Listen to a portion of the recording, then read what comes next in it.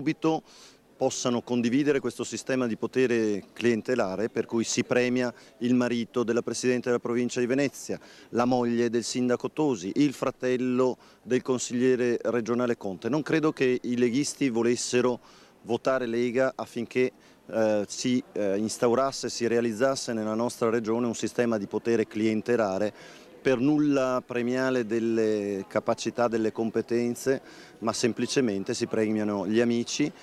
di partito, i fratelli, i mariti, le mogli. Credo che questo appartenga al peggio della vecchia politica. Il PD contro il Carroccio, quella Lega Nord che aveva acquistato tanta simpatia popolare sull'onda della questione morale contro Roma ladrona, e poi gli esponenti regionali del Partito Democratico sventolano un dossier con 10 casi, a loro dire scandalo, istituzioni regionali come Veneto Agricoltura o Avepa, date da dirigere a esponenti leghisti con stipendi da 15.000 euro al mese, il caso dell'incarico dirigenziale alla moglie del sindaco veronese Flavio Tosi, incarichi diretti senza concorso ad amici e parenti ed esponenti del Carroccio, come il polo scolastico di Tombolo, progettato dall'architetto Tiziano Conte, fratello del Maurizio Conte, consigliere regionale della Lega Nord, e prosegue la lista del PD.